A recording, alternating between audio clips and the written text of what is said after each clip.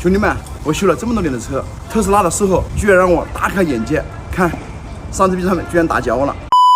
特斯拉的通病呢，开起来打方向盘或者过弯路的时候，底盘咯叽嘎叽响，维修起来还巨贵。听到没有？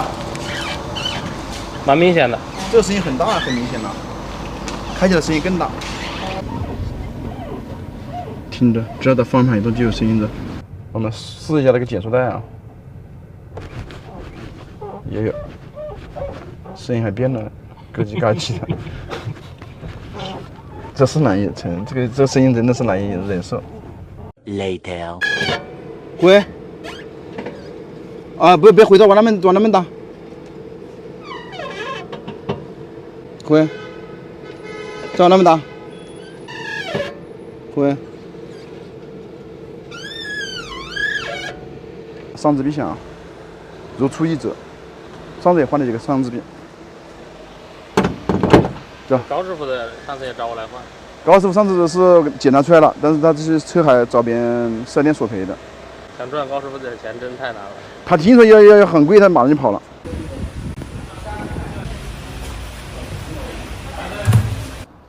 这样搞不好。这车过保了没呢？过保了。哪年车啊？19年车。那当时买不是蛮贵啊？这个车子当时买是58万。这个贵？进口过来的？进口全运过来的美国。那应该是终身质保啊。这个他不说，这个我就不晓得他就应该从18吧。有没有打电话问呐？没有。你这么贵的车，现在新才是20几万块钱，你第一批被割韭菜的。那现在的车，一个它不是这个长续航版的。哦。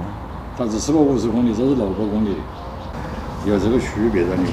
哎呦，那你花50几万买，现在确实是顶配的30几万，那割到20万。那当然了。有那个后悔呀？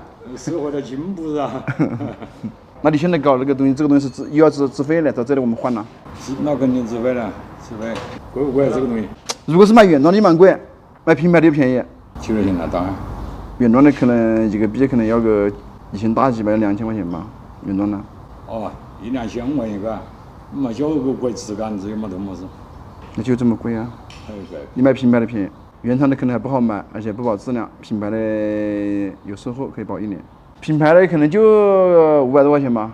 啊，那这肯定是拿坏了呗。我们换的蛮多。换蛮多。这个东西我买改的。这是个通病，那个表换的蛮多。是个通病。这车子学几年了？这个研究下子了。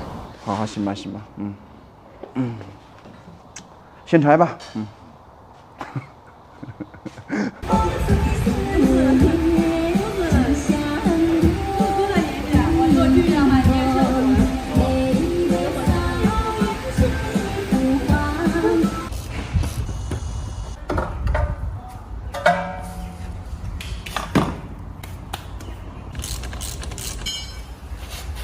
泡水冲水多不多？这怎么是锈成这个样子啊？对吧？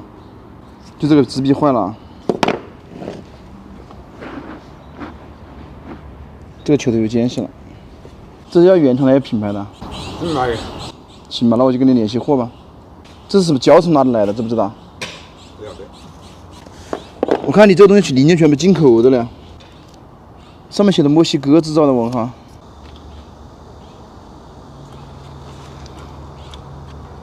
是墨西哥啊？你猜？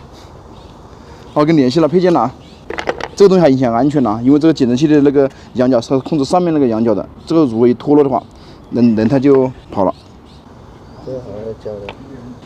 它这个原车的都是铁加塑料的，不知道为什么这样设计，很少见。这我们给他买了个品牌过来了，这是全铝的，这么厚的纸，你看一下这，应该比你原装的扎实些吧？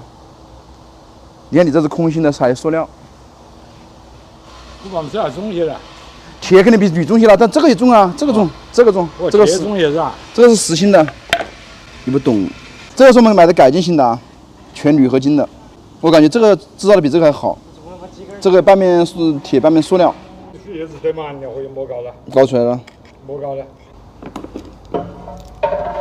我看停一下。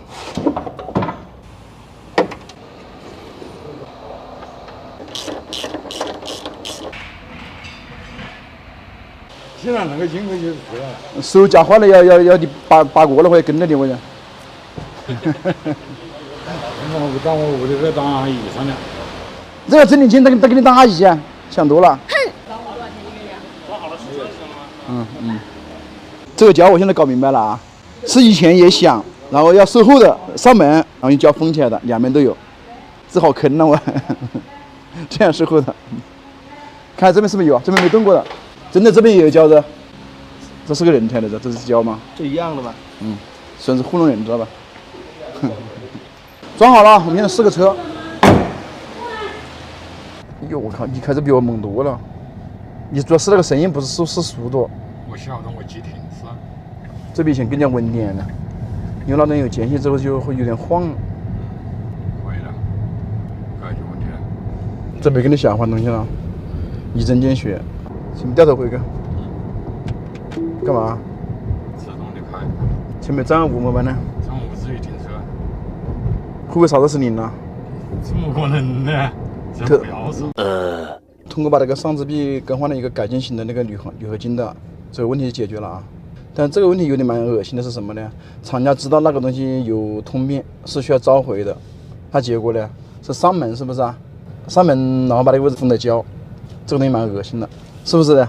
他专门自己上门来售后服务，他说搞减震器，我们现在才晓得他是把封这个胶。他们的行为蛮恶心嘛。他刚刚4年过来就学问题了。